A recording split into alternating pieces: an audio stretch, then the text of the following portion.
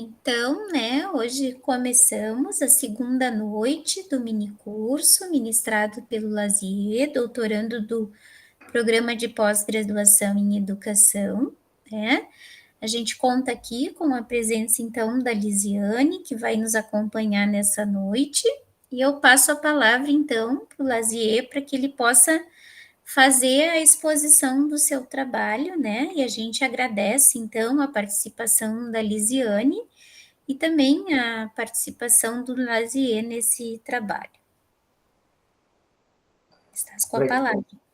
Obrigado, professora, pela introdução aí. Boa noite ali a Lisiane também. É até importante que a gente começar esse trabalho, essa noite trabalhosa aí que a gente vai ter aí.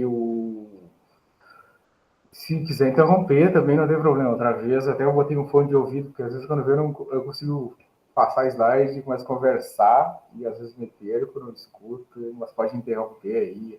Até eu preciso que até me interrompa para a gente poder ir construindo isso aqui, né? Nessa nossa trinca que a gente está aqui agora, de 3 pessoas. Né? Eu vou passar alguns slides, né, do meu trabalho, né? Vamos ver se consigo compartilhar aqui. Está aparecendo? Apareceu, né?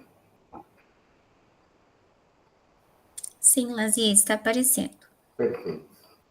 Então tá. O título desse mini curso, então, é Educação Socioambiental em uma Empresa Petroquímica, uma análise cultural do plástico verde da Braskem. É um título meio que estranho, assim, um pouco emblemático, dá para dizer, né? Porque o que uma indústria de petroquímica, né, cujo insumo aí, na realidade, a gente vê de combustível fóssil, né, do petróleo, tem a química, o que ela vai nos ensinar aí, né, sobre educação socioambiental.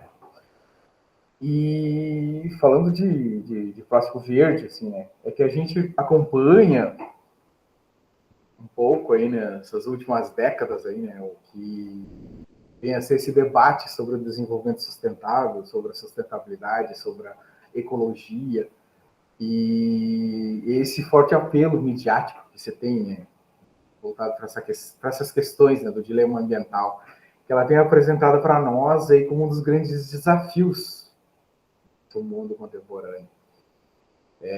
Envolve questões como preservação do meio ambiente, comprometimento e sobrevivência da humanidade. Né? Ainda pode dizer, a gente pode salientar que com esses discursos acerca dessa noção da sustentabilidade, ela vem experimentando deslocamentos, né, em termos do significado.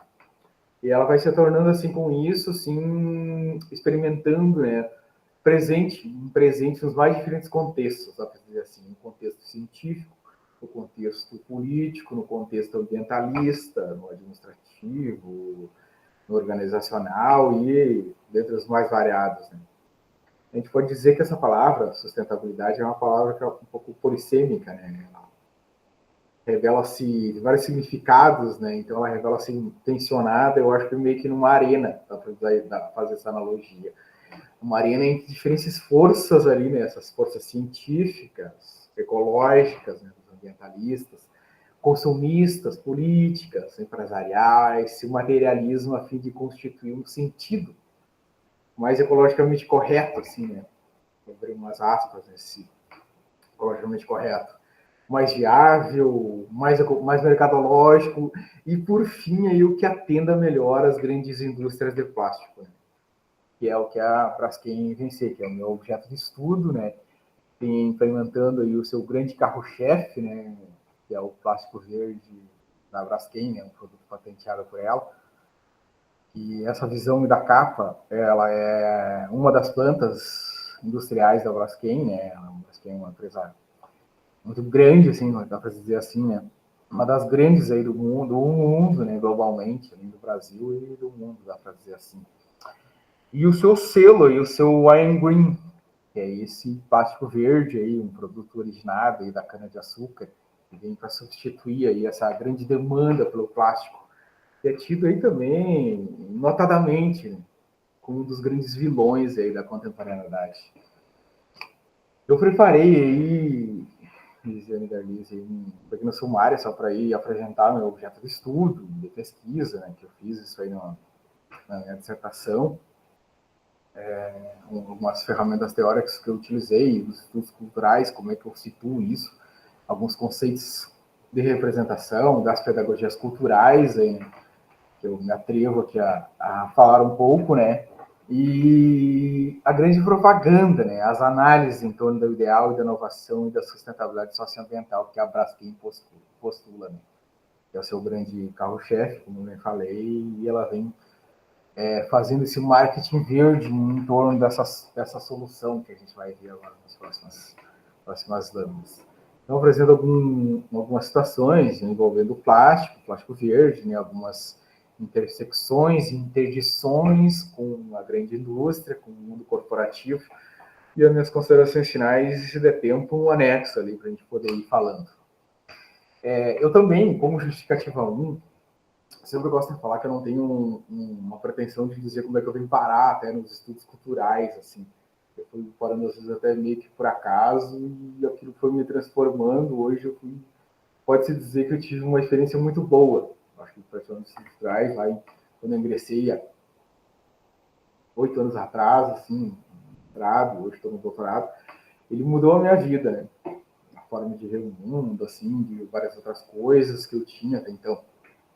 Então, uma área criativa. Eu também, minha formação, né, em administração de empresas, vou pegar um pouco da área, é uma coisa meio que curiosa, né? Um cara da administração de empresas vai falar sobre pedagogias culturais, vai falar em estudos culturais, uma área da educação, porque a administração de empresas, ela está muito ligada aos sujeitos estratégicos, né, e alinhados ali com o mercado, né, com essas racionalidades do mercado. Porque o campo empresarial ele vem falando ali, promove o discurso em torno da gestão, de inovação, competitividade, resiliência que eu coloquei, tu cria startup, tu tem esse termo forte da sustentabilidade, mas como um grande negócio. E também tem uma questão muito grande. Então, o que me levou também um pouco até discutir esse tema, vindo da administração, é aquela questão do marketing. Eu sempre fui, no meu curso, durante a administração, eu gostei muito do marketing, aquela programização do marketing, tudo é lindo, né? E quando chegou nesse momento dos estudos culturais de definir meu tema ali na ação, e que eu venho tentando até hoje, é esse paradoxo, né? Essa desconstrução crítica desses modelos aí de marketing que vem embutido no mundo da indústria, né? A gente está na indústria, na administração de empresas, né? Administrações empresariais. Então, essa minha trajetória ela foi se inclinando muito para isso, né? Para essas contradições. Então, foi muito para essa questão do mercado, das relações sociais, essa naturalização da exploração ambiental, esse marketing corporativo, se entende assim, sobre o manto da educação socioambiental. E as relações de poder, sempre vem nesse modelo. Tem uma questão também que hoje eu vejo pessoal, assim, que eu também até os 6 anos de idade, então outra vez eu esqueci de comentar, eu fui sempre vim de uma família de agricultores, né? Até os 6 anos eu sempre fui muito ligado com a questão da terra, no campo, assim, na roça, digamos assim, até os 6 anos. Depois vim para a cidade, daí comecei a estudar, daí quando meus pais fizeram essa migração, né? Esse êxodo rural para poder dar mais estudos aí para os filhos. Né? Olha, eu espero que tenha dado certo. Não tem dado. Como justificativa 2, né? Que o envolveu essa questão aí da Braskem, por que investigar a Braskem? A época, a Braskem em 2016 e 2017, ela estava envolvida com um monte de coisas. Né? Ela teve uns episódios que envolveram corrupções, prisões e delação na Operação Lava Jato. Tanto que em dezembro de 2016, ali, o grupo Odebrecht, que inclui a Braskem, né? Eu até esqueci de comentar, ele admitiu pagamento de propina em 12 países, México, Peru, Venezuela e por aí vai. por isso que se comentar também que é importante, que a Braskem, ela na realidade é um braço da Odebrecht. Essa empresa baiana aí, que tem raízes baianas, né, Salvador, e sempre atuou no ramo da construção civil, engenharia. Né? Ela sempre esteve ali articulada e associada ao governo. Tanto que o Marcelo Odebrecht, que é essa pessoa que está aqui, a direita da imagem, a minha direita, na verdade, e ele foi preso porque tinha um gabinete de propinas em Brasília e só dedicado ali esse mundo do lobby empresarial para poder ter essas informações privilegiadas e abrir essas concessões. Sempre teve atuante com isso. Em 2023, ele usou tornozeleira, foi preso. Em 2023, ele foi liberto. Ele está atuando. A Braskem também pagou vários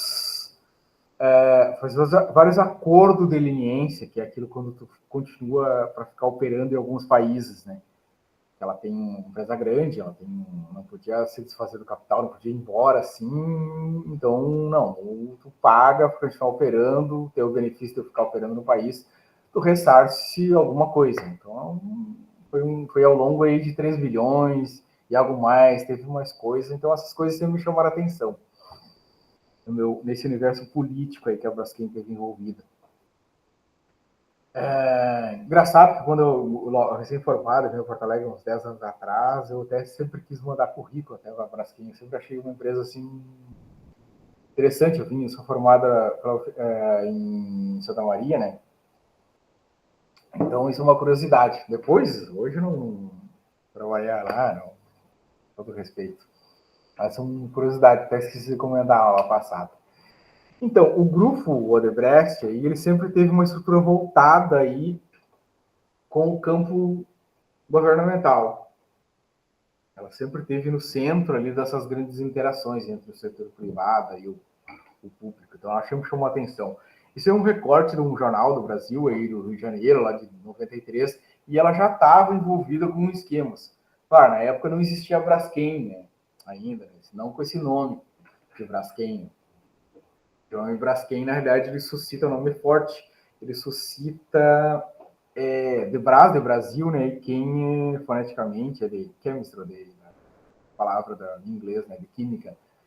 Então, até depois dos vários escândalos que chamam a atenção que eles nunca trocaram de nome, fizeram essa troca de nome, porque também é um nome muito forte, é uma marca muito forte no mercado, mundialmente isso. Então, mais ou menos essa é uma justificativa. O meu objetivo, então, aqui, Lízia, é apresentar, então, algumas discussões sobre essas múltiplas ações educativas e sustentabilidade nessas estratégias publicitárias aí da Braskem sobre o plástico verde. E que eu vou chamar dessas estratégias publicitárias ou comunicacionais, aí, como bem queira, são, para nós, antes do pesquisadores dos estudos culturais, elas são como artefatos culturais. Elas produzem significado em práticas representacionais. E nisso aí eu pontuo os sites, os folders, as cartilhas, os manuais, as revistas, tudo que a Braskem postula sobre o plástico verde. Entendendo isso aí como uma pedagogia cultural, né? Porque tem essa dimensão educativa. Consegue ver que ela consegue ensinar através desses vários conteúdos imagéticos imagéticos e verbais, né, sobre suas propagandas. Com o objetivo específico, então, foi identificar as estratégias desse marketing corporativo, seus sites e demais artefatos, para verificar como a empresa se institui ainda hoje como promovedora e engajada nessa causa socioambiental. E como ela se legitima através desse discurso importante de inovação e sustentabilidade. São duas palavras fortes hoje da contemporaneidade. Essas duas palavras, aliada com o pessoal aí de outros pode falar, e sei lá, talvez um empoderamento também é uma palavra de outra área aí, não cabe aqui. Mas essa inovação e sustentabilidade ela sempre teve, é uma palavra muito forte há muito tempo. E ainda sendo uma empresa petroquímica de plástico, né, que a gente sabe que é extremamente poluente, demora aí seus 200 anos para se decompor, ou 50, ou 100, toda a problemática que a gente sempre tenta evitar. E terceiro, algumas reflexões sobre como essa noção sustentável, ela é utilizada nos artefatos, que agrega valor a essa marca da Braskem. E como essa Braskem faz da questão da marca uma questão simbólica, de força e credibilidade, com um elevado índice para o país, estratégica, e conta com esses... veicula vários numerários fortes em termos de valores de dinheiro mesmo. Alguns retalhos ali que eu fiz, assim, para poder fazer e desenvolver aí essa pesquisa, esse estudo aí, né? Alguns autores estruturais também, mas não ia dar. Tem vários outros autores que é um tema hoje, assim, que tem vários autores que se debruçaram nessa questão, nessa temática do desenvolvimento sustentável. Acho que o desenvolvimento sustentável, quando começou a surgir lá na década de 70, foi isso, o Clube de Roma, onde foi uma reunião de pesquisadores, estudiosos e ativistas ambientalistas, conseguiram ver, mas não dá mais como continuar poluindo e fazendo várias emissões de gases de efeito estufa, né? Alguma coisa tem que ser feita. Depois veio outras conferências, e nós vamos ter aqui no Brasil também agora, em novembro, salvo engano, a COP30, e vai indo. O Brasil teve outras, que eu vou falar agora nos próximos. Mas esse termo, ele vem vindo. Ele vem, então, originário, assim, dessa década de 70, né? Vem na esteira das questões ali sociais, aí, né, relativas à globalização, que começa a discutir, e ao capitalismo em suas diferentes fases de desenvolvimento. Então, diferentemente, a gente tinha um liberalismo, que hoje é neoliberalismo, mas que tudo foi uma exploração da natureza. A gente teve duas revoluções industriais aí, fortes. Começou, então, bem-vindo, tem uma linha de produção fordista também, no início do século passado. Então, isso aí só contribuiu para agravar, assim, esse dilema ambiental que a gente vê. Então, são articulações ambientais e sociais aí que marcam o nosso tempo. Que a gente tem. Alguns autores, eu tenho nas minhas andanças, dá para dizer assim, andança é uma palavra boa, assim, né? E que eu fico sempre mais ou menos ligado e procuro ficar antenado nas questões ambientais que tem ali, alguns autores que vão falar sobre já uma terra arrasada, uma questão com o dilema ambiental, o desenvolvimento sustentável, que não há o que fazer, mas não vai funcionar, ninguém vai se conscientizar, é isso que nós temos, as gerações futuras vão sofrer muito mais que a gente, que nós ainda. Tem umas visões bem pessimistas, alguns já jogaram assim até a toalha, digamos assim, né? Um desses aí, dá para citar, que eu li também, e eu utilizei na minha dissertação, na minha pesquisa, que é o Bauman, é o sociólogo, né? Já faleceu já há alguns anos aí, né? Então ele tem esse livro, O Capitalismo Parasitário, e ele chama atenção para dois fatos irreversíveis na nossa transição, que foi esse capitalismo 20 para o 21, que nós estamos indo nessa linha, que acabou aí, essa poluição que a gente está tendo aí agora, que é a multiplicação em larga escala dos seres humanos, né, que contribuiu aí para o dilema ambiental, já que nessa ansiedade do resultado do sucesso que a gente tem hoje, da espécie humana, da humanidade, aí a gente chegou no limite do que o planeta suporta. Eu meio que sou aqui um clichê, que ele falou, mas vários documentários, vários ativistas já chegam nesse consenso, assim, né? Mas também tem um outro fato que ele relata que eu acho interessante, que é o fato de que os seres humanos desejam, sempre desejaram, isso aí tem nos livros dele, mais do que isso aí tem outros, né? Ele cita gerenciar a natureza. E aí esperam que a natureza obedeça absolutamente ali às necessidades e desejos. E assim, a gente chega no limite de regular e controlar todo o planeta. Algo assim hoje meio insano, né? Impossível de se fazer. Mas é o que a gente está tendo nesses prognósticos aí mais pessimistas. Eu, de vez em quando, assim, como estudo bastante, e o meu tema ali no doutorado também uma linha também, é uma questão ambiental, às vezes eu fico assim pensando nisso e fico preocupado. Então, às vezes realmente assim dá uns dias cinzas, uns dias ruins, assim, né? Mas seguimos. Historicamente, o Brasil, a gente teve uma conferência que o Brasil fica aí nisso tudo. Assim, é importante até pontuar, e eu acho que às vezes a gente não queria falar uma questão muito política, assim, de um déjà vu do governo passado, e também ele reverbera, a gente tem que fazer um recuo, desculpa, um recuo histórico. Essa eu acho que talvez seja a palavra aí, se vocês concordam. Que o Brasil, aí, na primeira conferência da Suécia, em Estocolmo, isso também é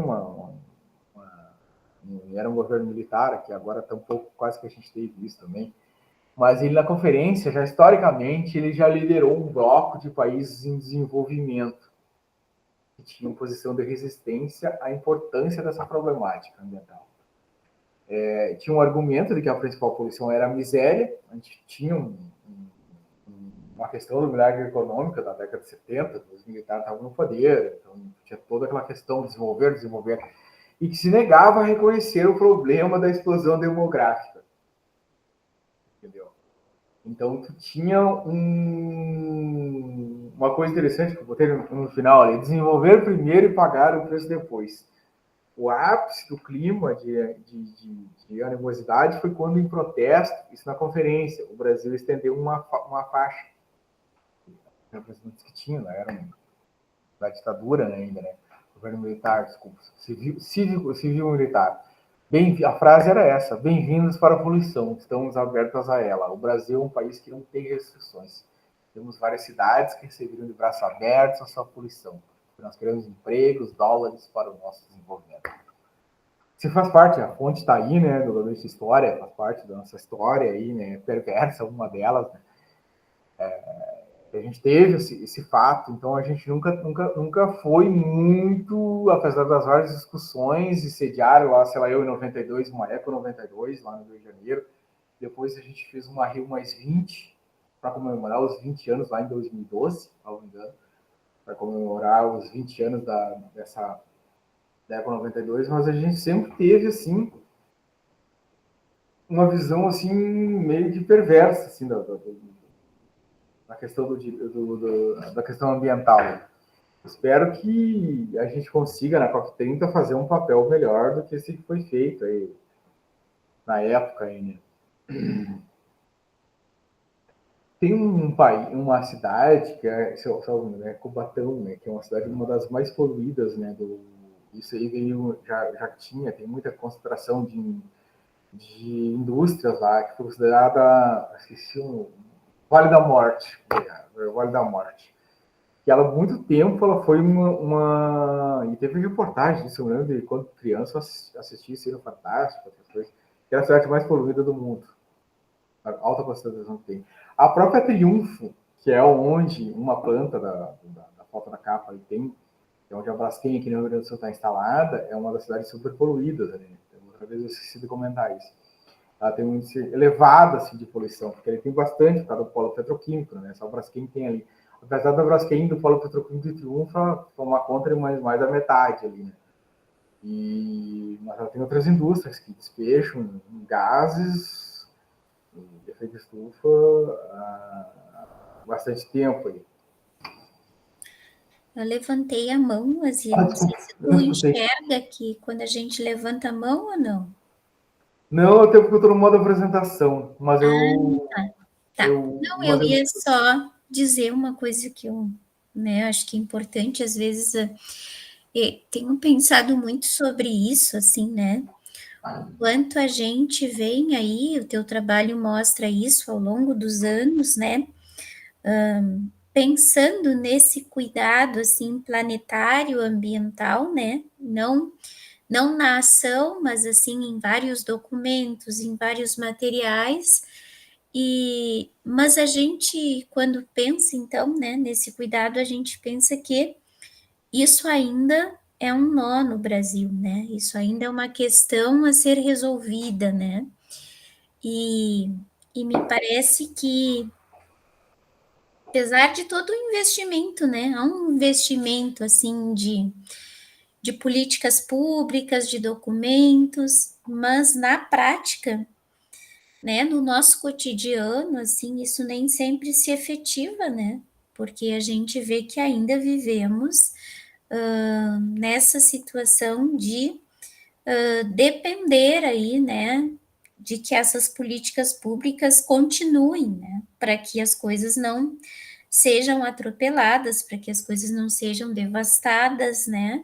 Então, eu acho que é uma coisa também para a gente pensar, assim, né, que embora exista uma produção, né, e políticas públicas, a gente diria, em relação às questões ambientais, o quanto tudo isso ainda é um nó no Brasil, né? Ainda é um nó, uma questão a ser pensada. Com certeza, um nó grande.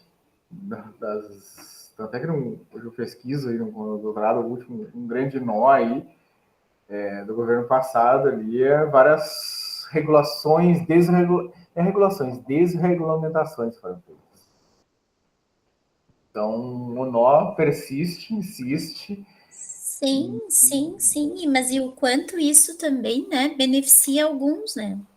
É isso, né? É uma desregulamentação, mas é uma desregulamentação em razão do dinheiro, né? Em Com razão do certeza. quanto isso vai favorecer, né, determinados grupos. Então, o quanto que tu dizias antes, né, dessas relações de poder que estão aí nesses processos muito, muito próximos, né?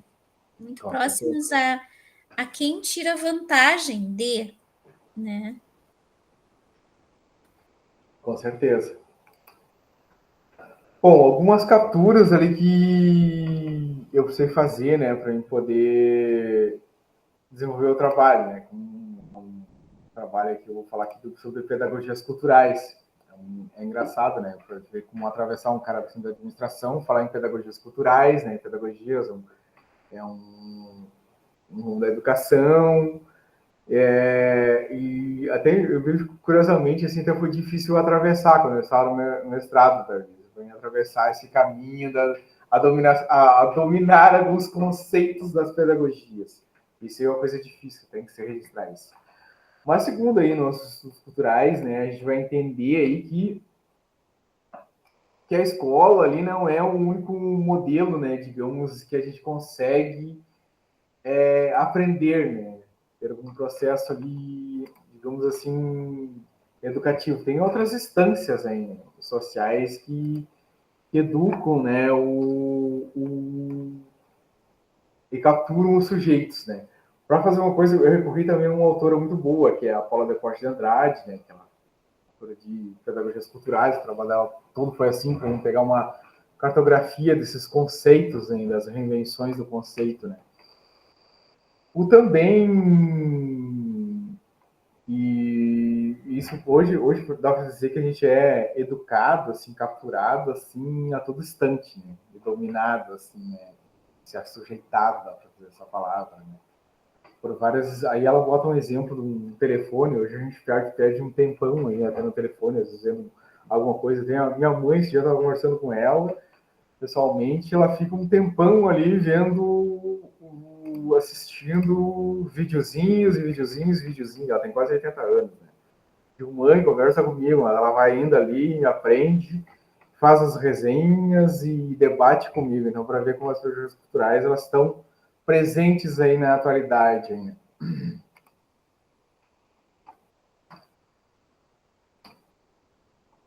As análises culturais que a gente faz aí nos estudos culturais, elas vão, dá para dizer que eu recorri a uma professora, que foi minha professora, a Maria Lúcia Wortmann, né? Elas vão fazer incursões e interiorizações de vários campos, várias áreas de conhecimento, muitos campos de saber aí, né? E aí isentam seus praticantes de localizar os estudos que conduzem ali exclusivamente, uma delas, né? Aí, na realidade, a Maria Lúcia sempre diz que as estudos culturais elas fazem práticas incisões, recortam pedaços daqui e dali e vão tentando fazer uma espécie de colcha de retalhos, mas uma colcha de retalhos bem construída, né? Bem com um arcabouço teórico muito sólido aí, né? Ela também reforça aí que as análises culturais elas são vertentes ali e buscam valorizar ali as práticas, os efeitos sociais que dão sentido e vão produzir os significados.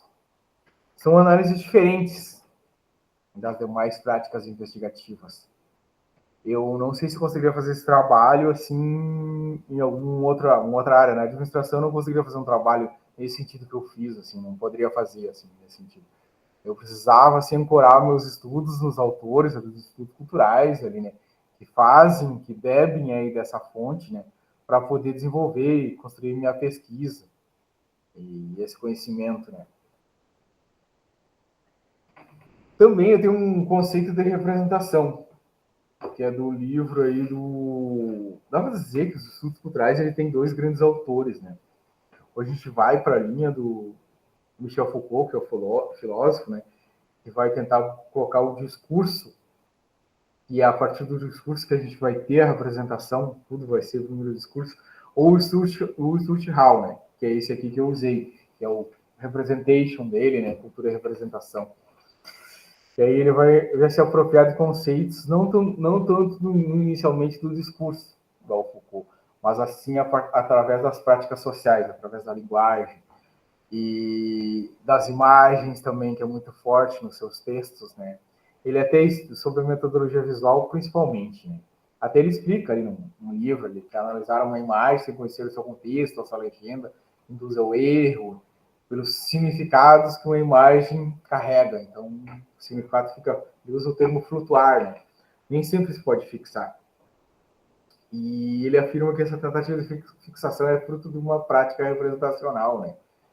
Que intervém nos vários significados, aí sempre tenta privilegiar um deles. O livro, esse aí que eu tenho, eu sempre ando ele comigo, né? Eu tirei, escaneei a capa dele, né? A capa meia figura central, meio com uma montagem, uma capa híbrida, né? Um hibridismo, né?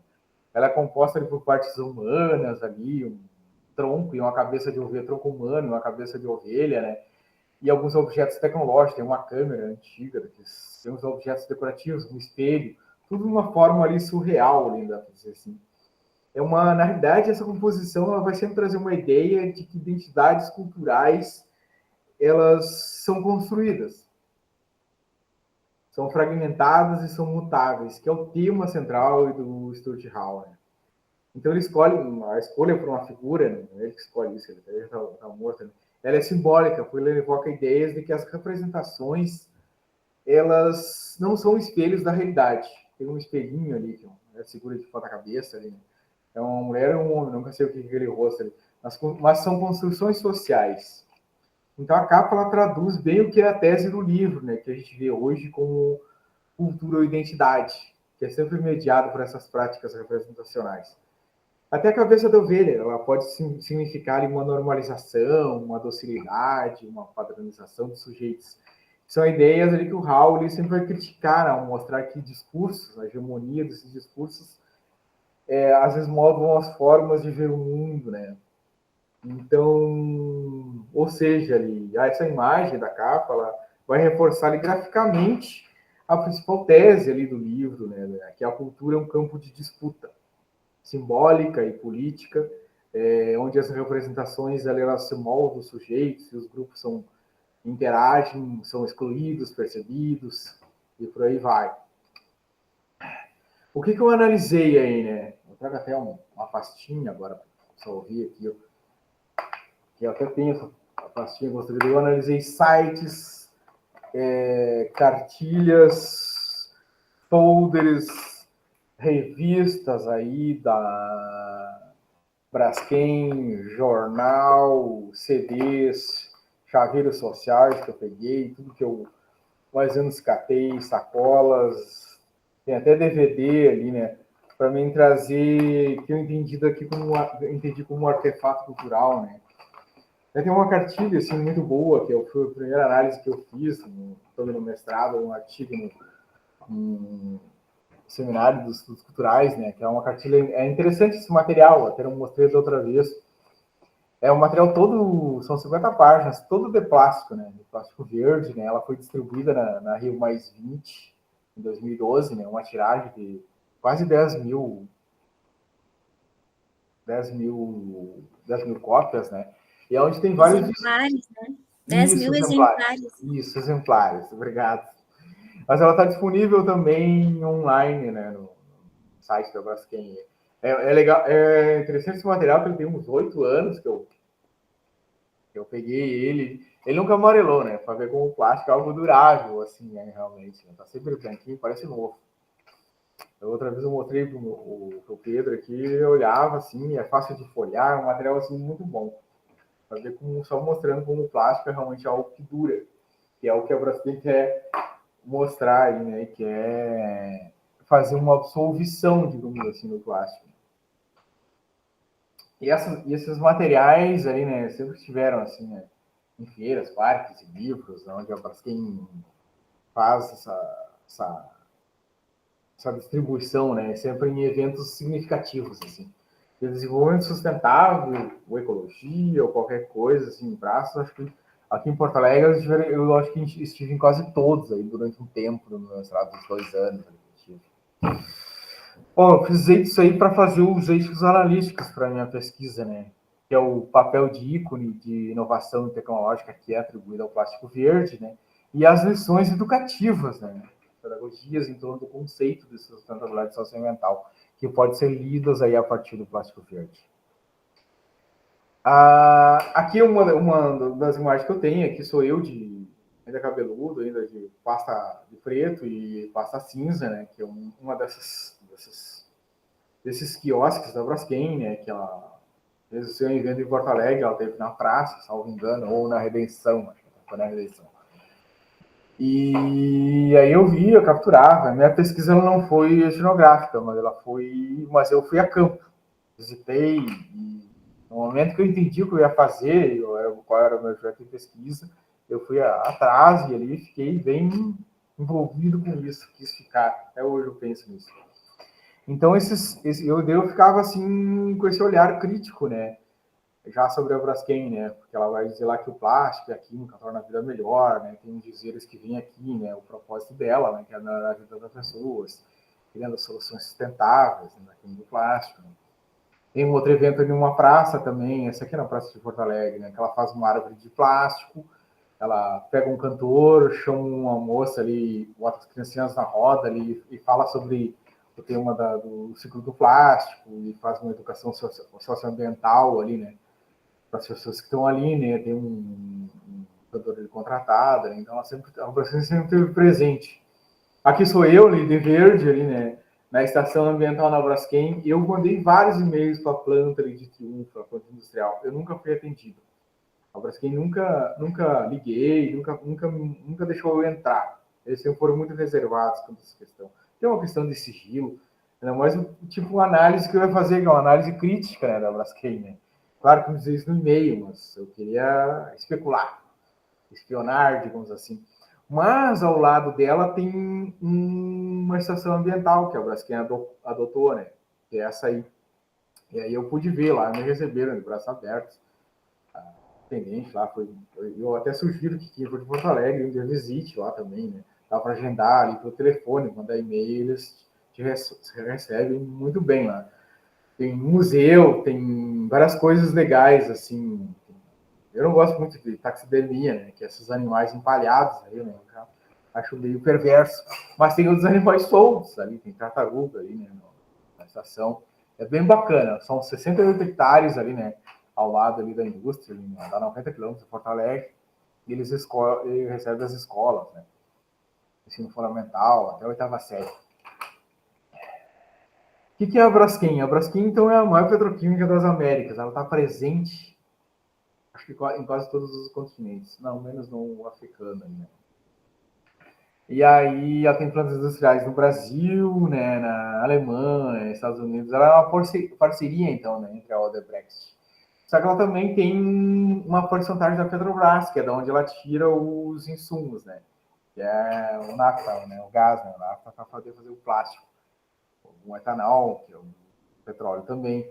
E isso aí tudo vem pela planta vem até o polo petroquímico através de um duto, né? Tem um duto que liga aí, dá uma quilometragem boa, que agora eu não lembro qual é, que vem do litoral do Rio Grande até ali o polo de Triunfo.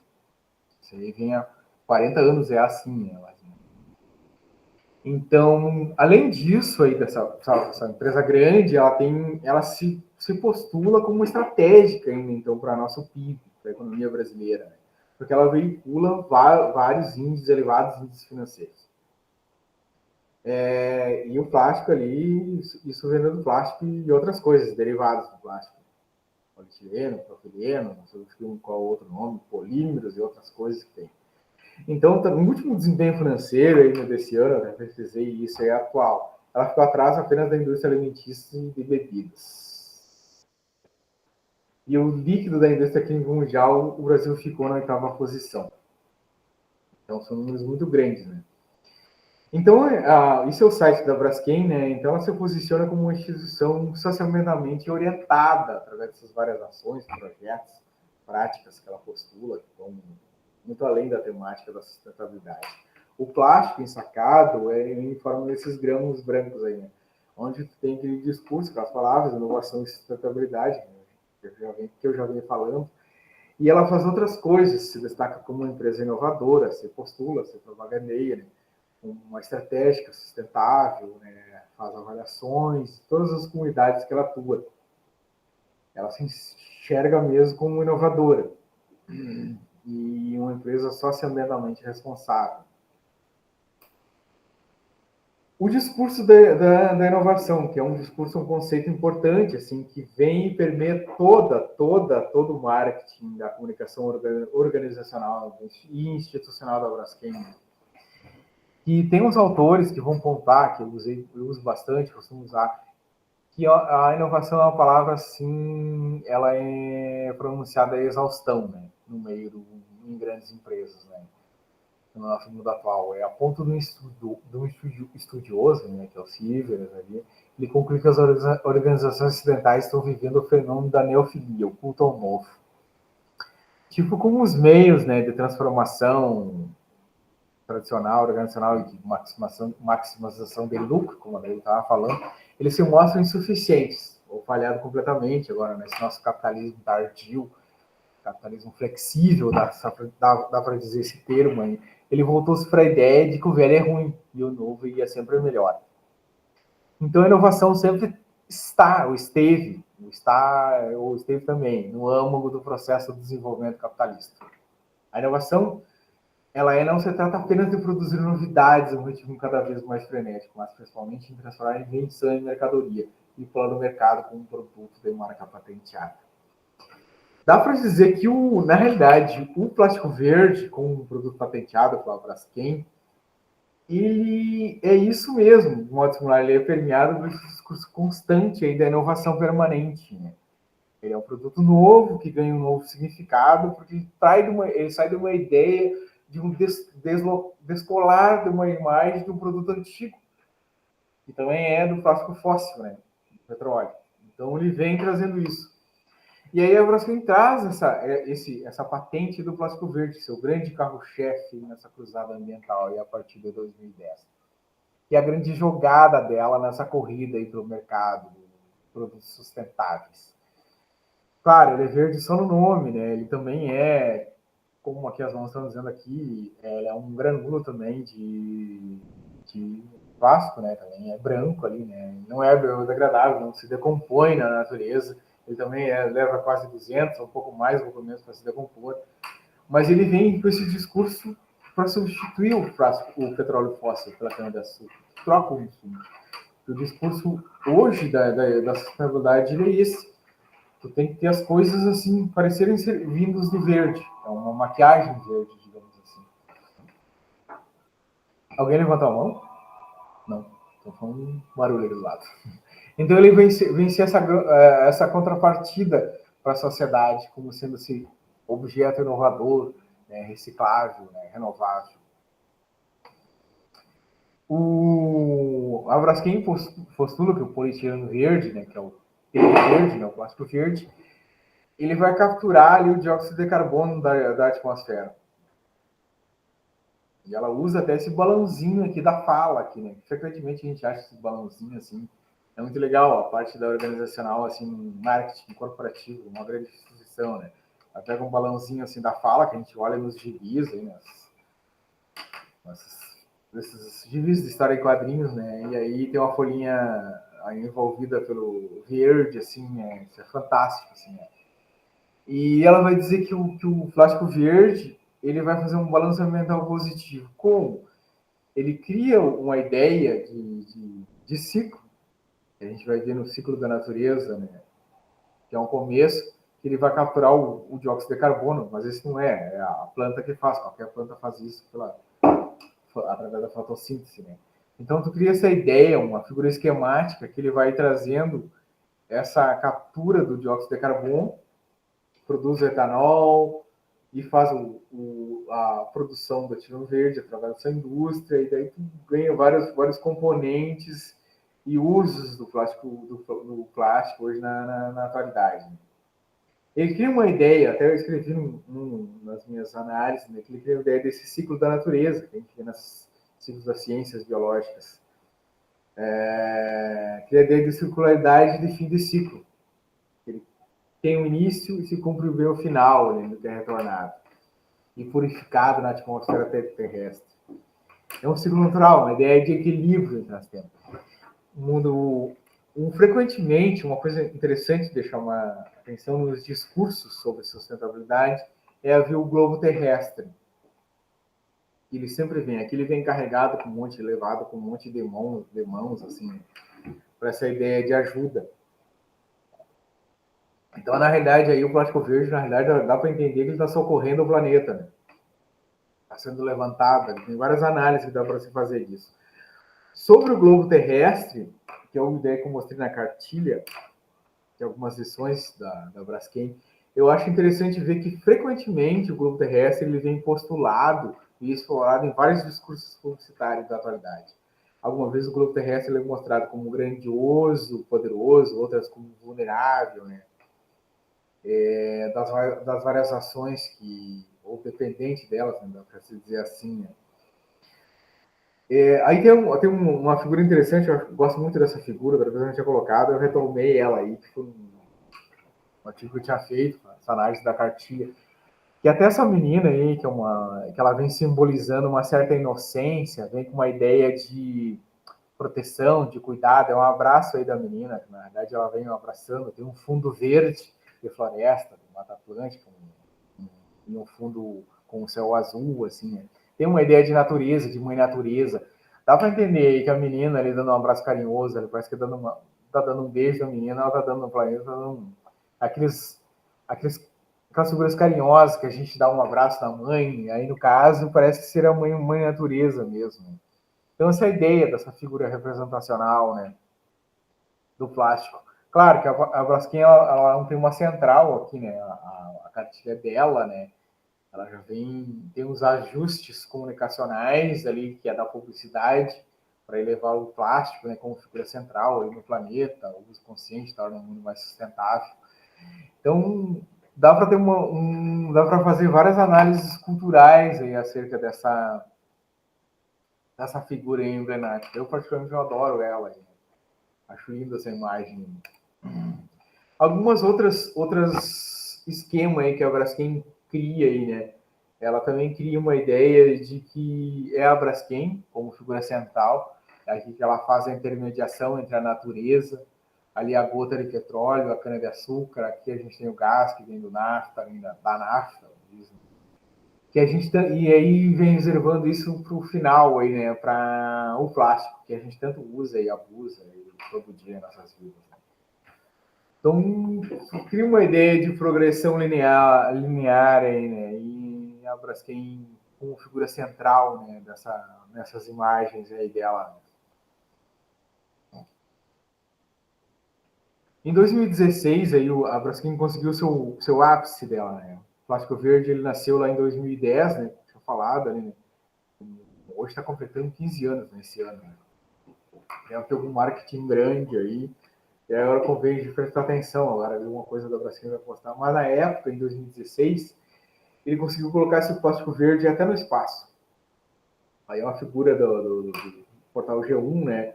Os astronautas eles conseguiram usar o plástico brasileiro, né, feito da cana-de-açúcar, né, conseguiram fazer essa ferramenta, assim, na impressora 3D, aí no espaço, que é o único que conseguiu resistir à gravidade zero.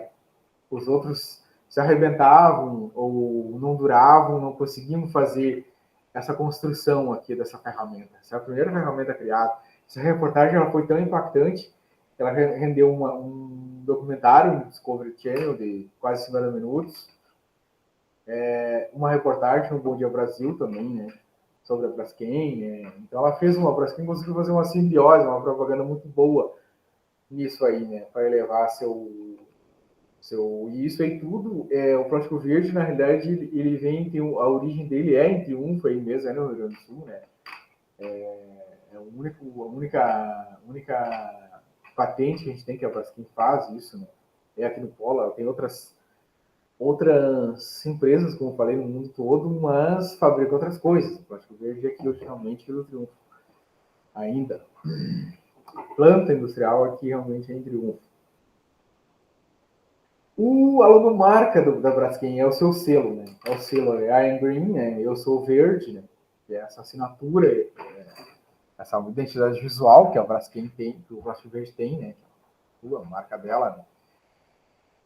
E esse selo aí corporativo, né? Essa trademark, né? Essa marca comercial, ela vem dar o que para a Braskem? É uma credibilidade, uma solidez para sua marca, né? Todos os produtos que alguém queira usar o plástico verde, sei lá, eu na indústria, qualquer, em cano, em mangueira, vai ter que usar o selinho do I'm Green, eu sou verde.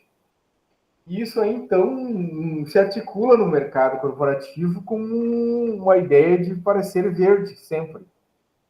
Tu pode fazer, sei lá, vender um produto de soda cáustica, então, um outro produto que me fugiu à mente agora, extremamente nocivo. E aí, não, mas ele está embalado com plástico verde da Braskem. Ah, não, então é sustentável. Ah, não, então está isento de qualquer coisa. Eu crio uma ideia. Tem um autor ali, que é o Barthes, ali, né? Ele vai dar uma ideia que esse selo ele vai ter consonância com a proposta de comunicação da empresa. E uma preocupação com a produção de sentidos. Porque tu cria a ideia de que tu simplesmente basta tu embalar numa embalagem feita a partir do plástico verde, que tu vai ter um produto sustentável. Não é assim, né? Então tem um discurso invertido disso. Nada mais é que uma maquiagem verde que as grandes indústrias estampam em seus produtos para parecer verde, né? Uma maquiagem verde, notadamente sabido isso. Tem a partir daqui, e aí vai até faz o fim dessa apresentação, uns discursos aí que eu repito, eu gosto sempre de usar esse termo latim, eles vão se repetindo assim, os discursos vezes repetem-se ad nauseam, né? Que sempre vai ter cana por trás. Então, nos mais variados produtos, aqui são embalagens da Natura, né? Onde a Natura teve uma grande ideia aqui, né? De fazer são vários chamamentos ao consumidor, né? Dá para dizer assim, né? Um chamamento aqui, seja verde, seja versátil, seja inovador, né? Que promove essa ideia do plástico verde, o selo, tem uma ideia aqui de uma cana por trás, sempre. Parece que o plástico da embalagem da Natura aqui está desvelando, descortinando, digamos, que é a cana por trás. Não, então um produto que está ali, não, um produto natural, né? Que não é nada disso, né? Tem sempre isso é do discurso, né? Do discurso publicitário, é isso. Essa estratégia que tem essa união entre grandes corporações, da Braskem, no caso, com o Plástico Verde, e a Natura. Tu tem a Danone também, né? Aqui com a Activia, né? Que aí não basta ser verde na embalagem. Eu estou usando agora o plástico verde. Tu tem essa ideia da embalagem do iogurte, né? Um alimento, né? Então aqui ele está natural. Aqui ele está usando o selo da Braskem, do I Am Green. Então ele é um produto assim vindo da natureza.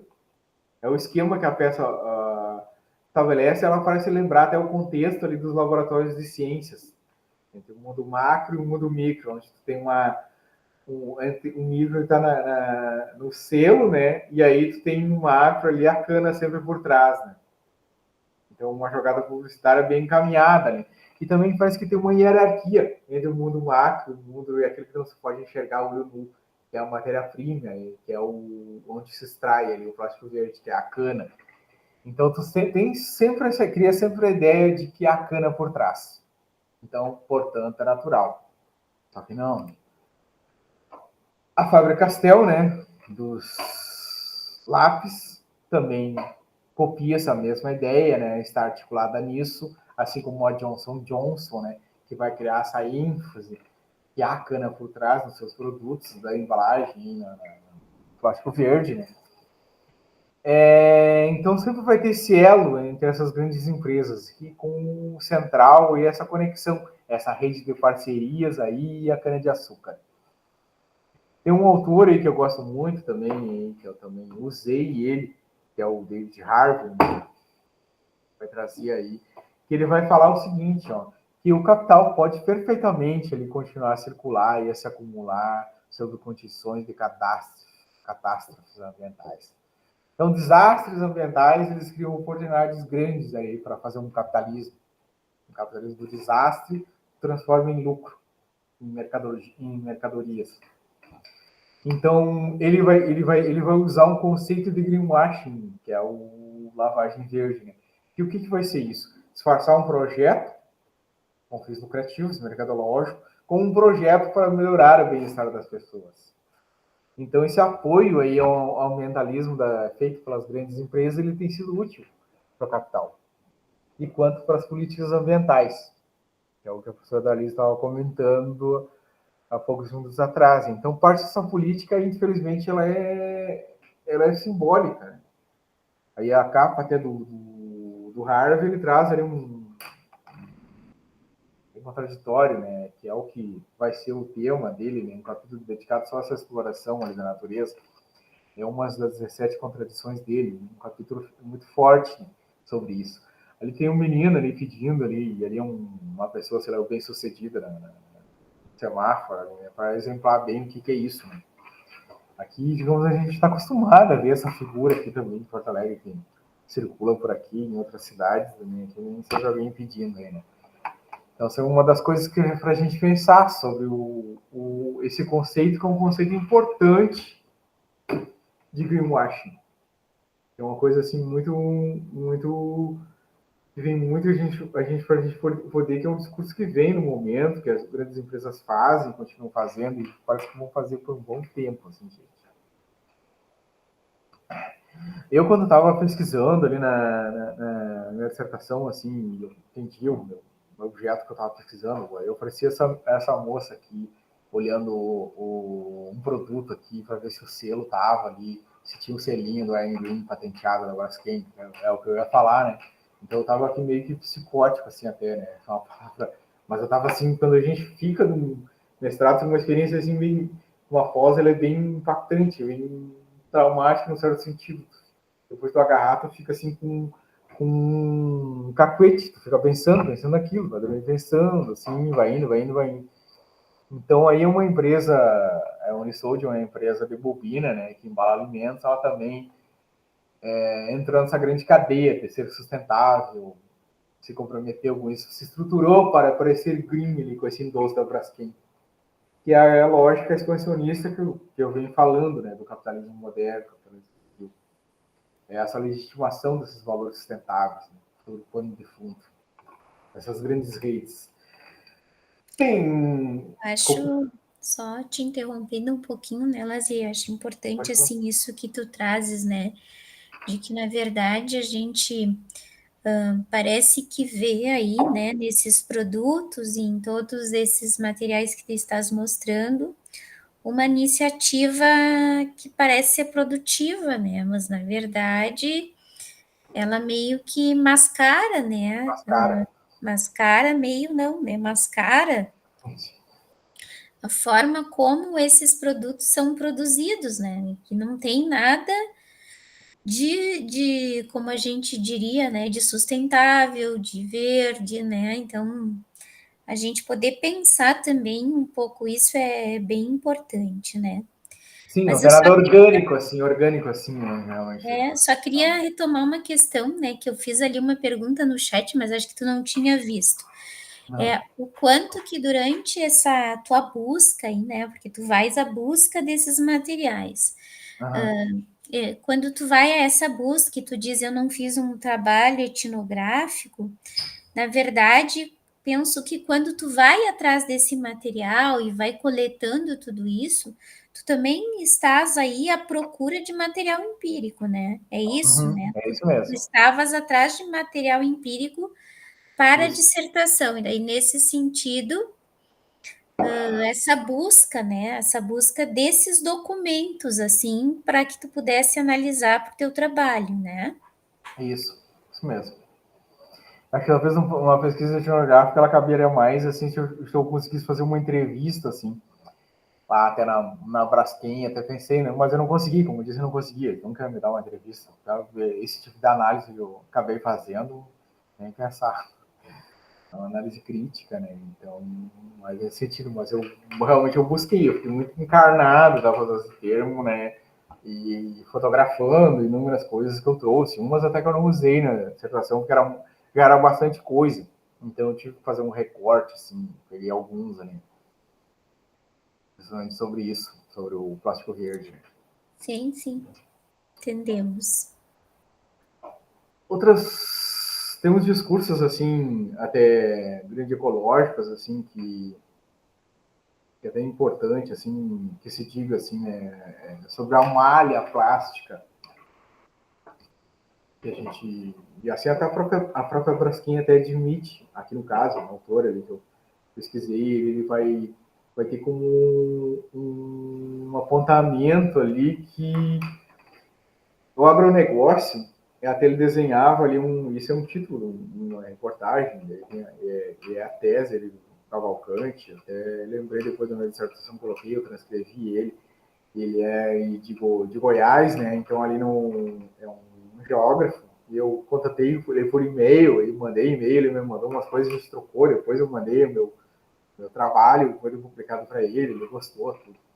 E ele faz ele muito crítico com essa questão toda da cana-de-açúcar. Então, ali no pesquisa dele vai todo no agronegócio, dessa expansão toda do Estado brasileiro. Até ele coloca ali como o 28º Estado brasileiro. Tem um espaço envolvendo o interior de São Paulo, na parte para baixo, onde vem uma fronteira com Goiás, depois Mato Grosso do Sul.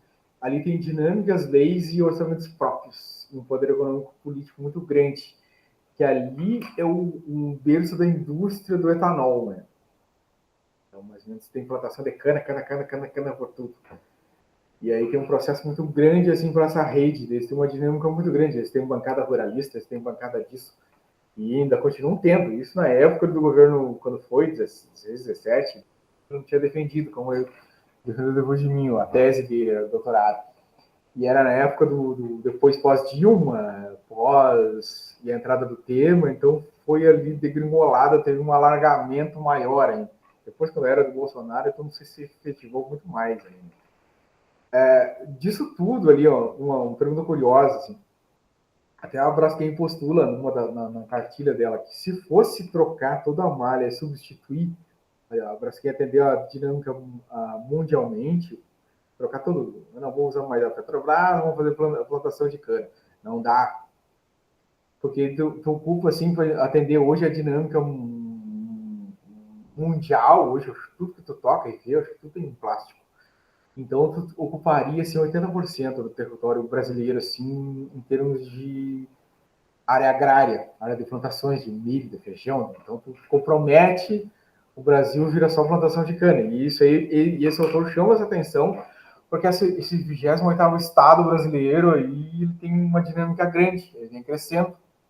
Então, a plantação de cana, cana direta, e é cana industrial. Não é o cara que faz o pequeno agricultor que vai lá e corta a cana e vai cortando, então uma coisa mais... Não, é industrial mesmo. E tem uma coisa que eu copiei, até acrescentei esse slide, que é o Cavalcante, o Edgar Eduardo Cavalcante, é o nome dele. Ele vai dizer umas citações dele, que até transcrevi numa entrevista que ele fez, numa rádio. Ele vai dizer que esse Estado tem uma organização política, social, bancada política, elege vereadores em várias cidades. E não é só cana, é uma rede de serviços, máquinas, implementos defensivos, milhões, porque tu vai pensar na cana, a cana, ela vai de planta que ela dá. Não, não é. A cana tem agrotóxico que precisa despejar assim 24 horas por dia. Isso é ele falando.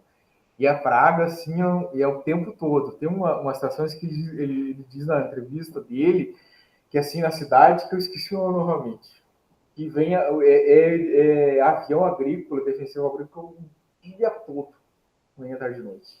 Tudo. Porque a cana, na realidade, ele chama de Fordismo agrário.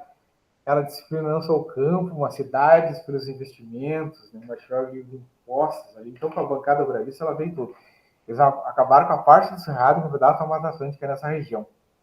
E isso aí está em cima do aquífero Guarani, a cana ela bebe água o tempo todo. É muita quantidade de água que ela bebe. Então, aliás, tudo é uma monocultura, né? Tu não tem como botar assim uma monocultura. Bota assim para produzir plástico, daí esquece de dar, comer e beber para outras coisas, ser humano. Então são coisas para você pensar. Mas a Braskem admite isso, que a demanda mundial não dá para atender, não dá para atender. Mas a demanda brasileira dá. Isso aí ela escreveu. Isso aí ela disse que dá para atender toda a demanda brasileira. E isso é perigoso, porque a Braskem ela tem braços e corpo e ela está espalhada por todo mundo. Não sei o que ela está dizendo lá no México sobre o plástico verde. Sei lá qual é o discurso que ela está usando lá. Isso eu também não pesquisei. Pode ser que lá ela dá um outro discurso invertido. Lá no Brasil, talvez, lá isso aí impacta 10%, ou 5%, ou 1%. Não sei o que faz isso. Mas é assim que as coisas nesse meu trabalho vai muito com umas coisas, são umas ideias da gente comprar as coisas como vem nos discursos contemporâneos, as coisas de barato. Não dá para comprar uma ideia de barato. Ah, isso aqui é Ingreen, é da Braskem, é o lápis da Braskem, então tá sendo, isso é propaganda, gente. É propaganda. O Zafari também entrou nessa ideia do Wayne Green, né? O Zafari tem uma questão muito legal, né? E isso eu lembro produzir um artigo também que foi lá na FURG também, com a Maria Lúcia e com a minha ex-orientadora. Né, e na época, assim, eu não entendia como é que isso, se estruturasse, como é que um objeto como uma sacola plástica, que a fura, assim, ela pode ter vários significados, ela pode te educar, mas no caso a sacola do Zafra, ela educa. É uma sacola produzida ali com plástico verde. No verso da sacola, ela diz que o lixo seco, o residual é composto de materiais, você deve guardar o lixo orgânico, casca de frutas, borra de café, então tem como separar. Aqui o lixo especial é composto de pilhas, você vai ter que botar um outro recipiente com tal cor, tem a verde para isso, o azul para isso, o vidro vai nisso. Então aqui o Zafra vai entender que ele está fazendo uma educação, esse faz uma educação socioambiental. O Zafra está ensinando a gente, indo no mercado para compra, como é que ele contribui a fazer uma educação socioambiental. O Zafra é um grupo aqui gaúcho, né? Não sei se eles é gaúcho, que não seja relatada, talvez elas apresentem para nós, né? Ele é um grupo que tem chama atenção, que é legal de ver, a gente falou outra vez na outra aula também, né? Se ela quiser dar contribuição. Ela adotou um mascote, que o mascote dela é um esquilo. E até o esquilo, ele é tido, e o Zafra mesmo faz isso, que é um animal muito inteligente e organizado. Ele consegue capturar aí alimentos, buscando sempre a melhor opção. Então, no artigo meu, junto com as professoras, eu vou dizer que não. Podemos entender que o Zafari, ele se autodefine como um inteligente também. Tem as qualidades do mascote. Ele consegue ter esse convívio harmonioso aí com a natureza, com a questão mercadológica. Ele consegue escolher o plástico verde. Né? Então, ele faz eu faço uma crítica muito ferrenha ali ao Zafari nesse artigo da educação socioambiental, nessa revista, nesse periódico. O Zafari, no entanto, ele tem várias causas, assim. Isso é eu capturei agora, no dia 1º de maio, que teve em Porto Alegre, teve uma passeata só dos pessoal que trabalhava nos Zafari, com essa questão toda da jornada de trabalho deles, que é completamente, assim, uma escravidão total. Né? O pessoal fica ali manhã, tarde e noite, ali com poucas horas de folga. Então, eles fizeram protestos, se organizaram. Até o Esquilo aqui está tomando uma porrada aqui no topo, né, na União dos Trabalhadores. Então, tipo, a gente fica aquela pergunta, o que o Zafra está colocando no plástico verde? Que responsabilidade socioambiental é essa que o Zafra propõe, articulado com a Braskem? Entendeu? Tem outra rede também, a Zara, que é aquela indústria forte, né, de boutique, de roupa, né, que ela também, que eu até coloco nos títulos, nos trabalhos, sempre pergunto que educação socioambiental corporativa, que coisa é essa, né? Porque a Zara, aqui no caso, adota também o plástico verde, para dizer que é sustentável, renovável, socioambientalmente, faz tudo, para lá. Mas ela foi denunciada várias vezes. Uma delas aqui no Brasil, em São Paulo, porque ela tinha trabalhadores num dos porões, trabalhadores bolivianos em situações análogas à escravidão. E também lá na Turquia, em 2017, tinha uma outra polêmica do trabalho não pago a trabalhadores da Turquia. Até os trabalhadores colocavam nas calças, por exemplo, que eles faziam, eles botavam uma etiqueta, falavam uma etiqueta, eu fiz esse item que você irá comprar. Vai lá para o mundo, a Zara tem loja em todo o planeta também, né? Mas eu não fui pago por isso. Então, que tipo de educação socioambiental é essa, né? Só o selo vai te isentar disso, vai te absolver de várias outras questões? Não, né? Claro que não. Várias outras coisas dá para dizer que a Braskem faz, assim, além do plástico verde, como confecções e distribuição de panfletos, né, que eu separei ele na minha pastinha, que eu ia coletando, eu ia dando. Essa aqui é uma da estação ambiental que eu já falei, que daí eu fui lá mesmo, né, conversei, fiquei o dia todo lá e recomendo a todos que um dia façam, fazer um dia volte lá. Tem outros folders que também que vão postular que é uma química forte entre nós, uma vida melhor depende da química do plástico, a vida do plástico só depende de nós, a responsabilidade social, o desafio está em nós, ali, a gente que tem que se conscientizar, consuma plástico, mas tu coleta, tu recicla, tu faz uma educação nesse sentido. Tem um apelo sentimentalista também, tipo aqui no Rio Grande do Sul, desse folder, somos gaúchos e brasileiros, tem esse forte apelo destacado, né? A palavra nós, como já falei, também sempre vem, tem esse chamamento aí aos sujeitos, né? Tem o chaveiro social, que tem vários dizeres ali, tu vai folhando o chaveiro que eu tenho aqui, ele tem várias coisas, né?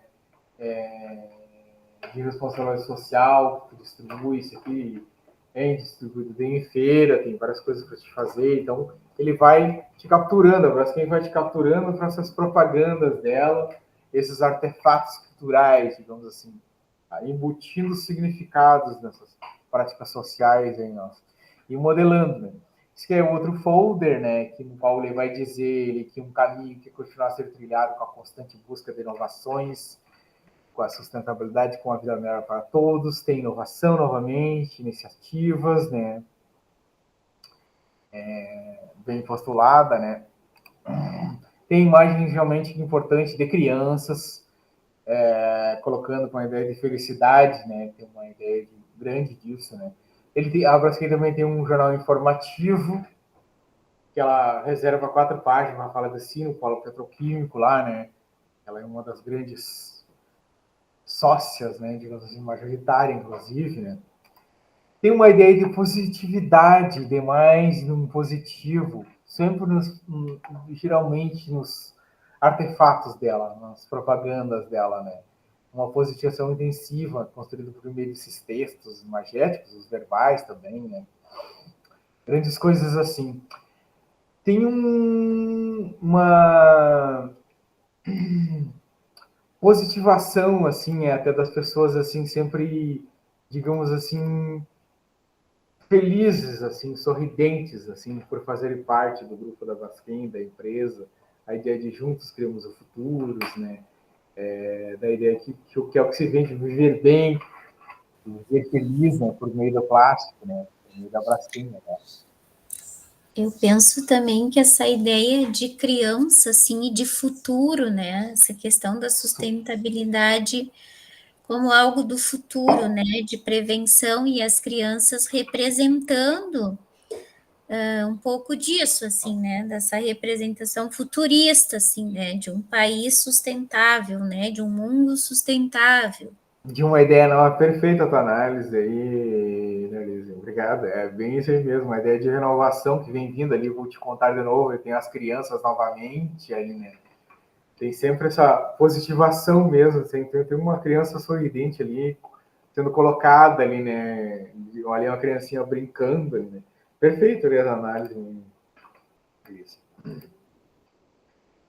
Alguns outros projetos sociais aí que a Braskem tem, a Braskem também patrocina Fronteiras do Pensamento, né? outras instâncias da cultura que tem museus, cooperativas de reciclagem, ela se postula realmente como uma empresa cidadãs, vários projetos que ela tem. Ela patrocina ONGs, aqui é importante dizer, eu deixei em negrito até que ela terceiriza, na realidade, essas várias ações, né, essas ONGs. Aqui uma ONG aqui da Educar, que é um Instituto Acatu, né, tem em São Paulo, faz palestra pelo Brasil, principalmente pelo Nordeste, né, que ela tem, que é uma rede de aprendizagem online sobre o consumo consciente, né, sobre sustentabilidade, né. Na Bahia a gente tem também uma fábrica de florestas, um instituto, ele também produz e distribui mudas, né, de árvores, né, que tem várias fotografias, né, comprovando, né, isso aí essa é a página deles ali, tem Face, tem Instagram, tem várias redes sociais que tem, dá para numerar sempre assim em várias coisas, em várias frentes, assim, digamos assim. Né? Eu deixo sempre essa imagem do balão, que ela está num da cartilha, ela tem esse balão, mas tem outras ideias da Braskem, que ela bota assim, é possível viver sem plástico, sim, até mas a vida seria mais difícil. Então o plástico, assim, que é o que a Braskem invente, né, produz, ele até vai dizer ali que permitiu o homem ampliar as suas possibilidades, chega aos céus, né, graças aí à invenção do plástico, digamos assim, como ele está presente em nossas vidas. Minhas considerações aí, finais aí, né, para e falando, eu pretendi demonstrar nesse trabalho como a Braskem ela se articula aí, né, num produto aí, numa gama de artefatos culturais ali nesses sites e folders e revistas e demais coisas,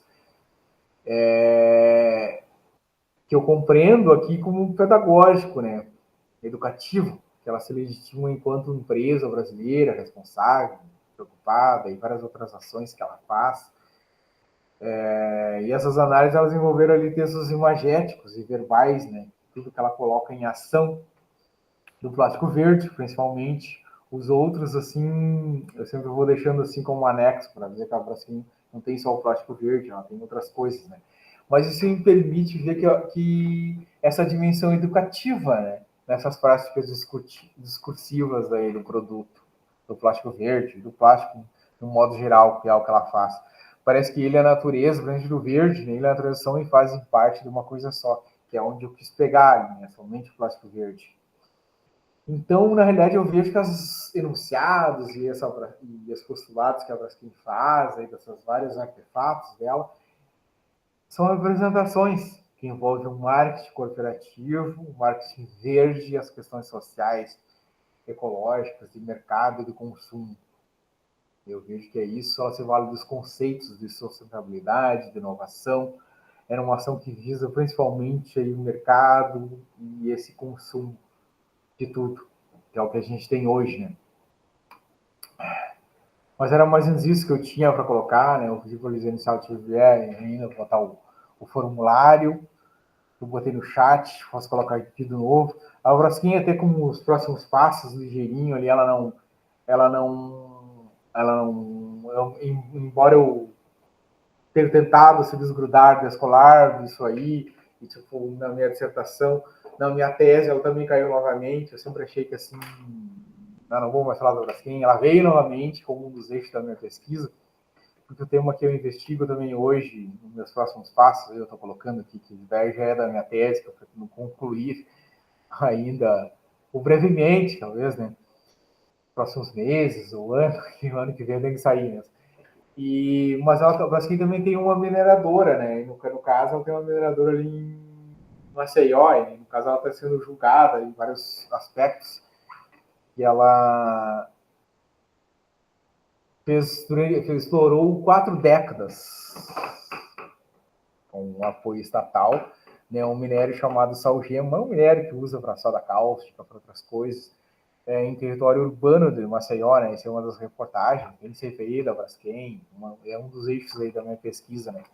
O salgema é um minério assim que busca ele, isso aqui mais ou menos aqui onde está o sal, 1.200 metros. Isso é um pedaço da área urbana de Maceió, capital da Alagoas, né?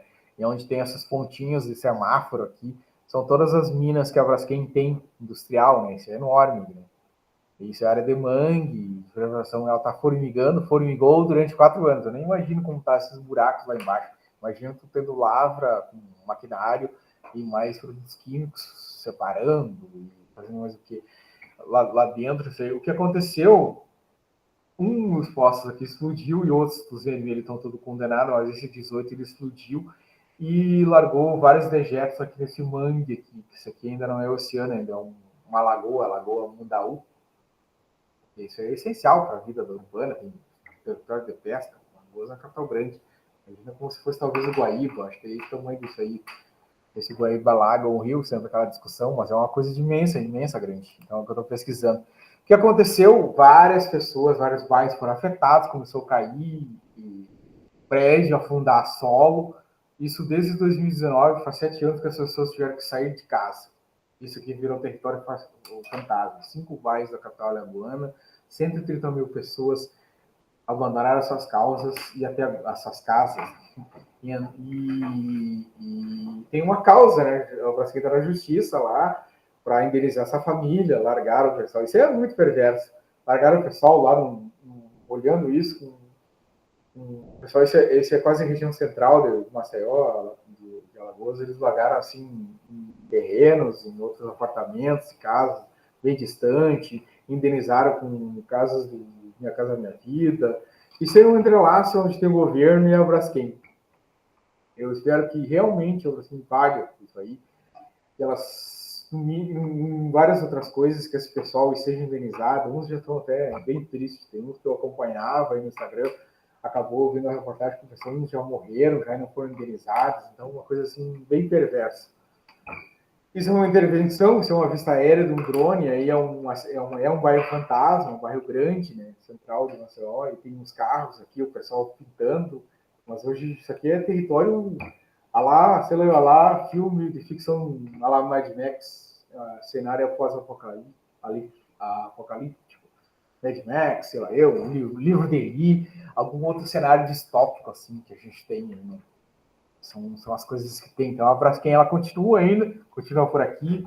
Você já viu uma reportagem no jornal aqui do Clique RBS que ela ia ser vendida para uma outra empresa. Não sei se vai trocar de nome, então tem isso aí, tem especulações. Mas mais ou menos aí é isso.